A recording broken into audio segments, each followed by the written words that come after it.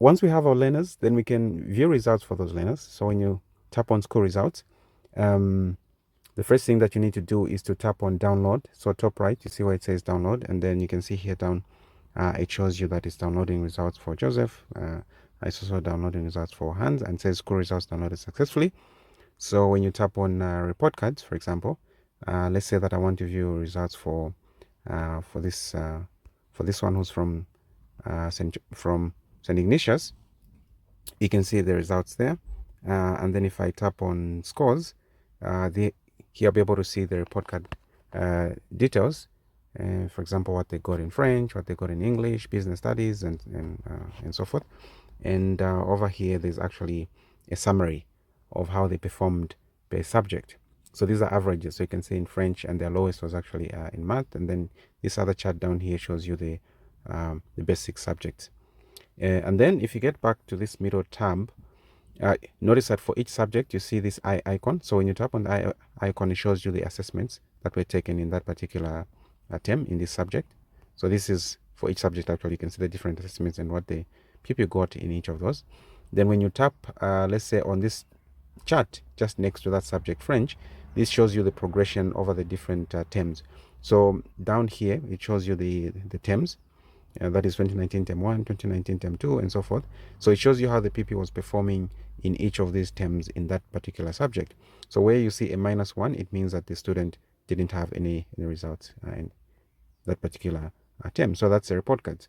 And then if you, sorry, let me just get back there. So if you get back to the main menu for results, if you want to view detailed assessments, you tap on assessments. And again, if you tap on this person who's from St. Ignatius, if you view assessments for 2019, for example, you can see all the different subjects and the assessments that they had there and the scores that they got. You can go through any term. For example, 2022 term 1, you're able to see results there, and so forth. If you want to search, for example, you only want to view, so you can show this filter, and then you can search, for example, for test 1 only. So if you say test 1,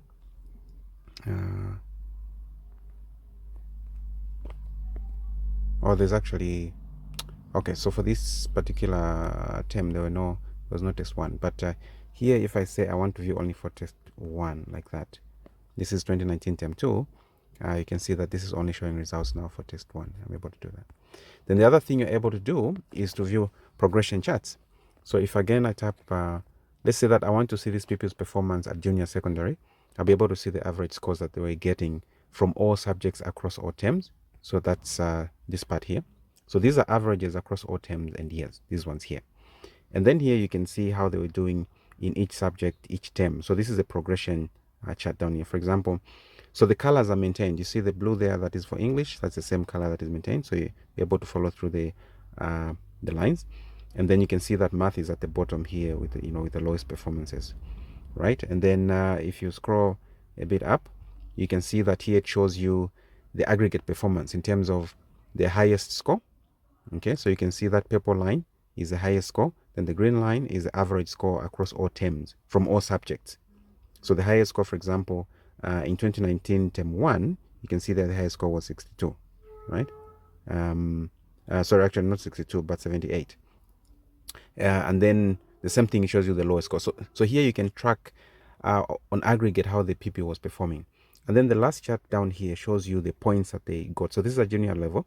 You can see that the points in the best 6, at some point they actually go to 474. That was the highest. Okay. And let me just change to senior secondary, for instance. You can see the same thing. And you can see here at senior secondary, the points now are, it's not as big as the scores at junior secondary. But you're also able to track the same thing. There you can see the different terms and the different points that you're able to get in each term. The last thing that you're able to do under results is that you can actually compare your learners. So if you have, in this case, we have 2 different learners. We have got Joseph and we've got Hans, and you can see how each of them was performing, the average scores that they were getting in each term. And here you can see the average position in class. So you can see, for example, that Hans had been doing badly because, his positions in each subject in a class has actually been higher than that of Joseph. And then the same thing also goes for the overall position in class. You can see that Hans has the worst position.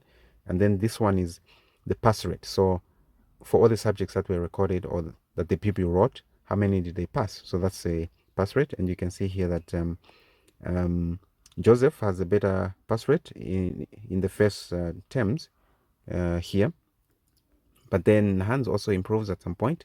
He has a better pass rate. Joseph went down, and then here you see that Joseph has a better pass rate, Hans went down, and so forth. So they keep fluctuating. So this allows you to compare the performances of your learners.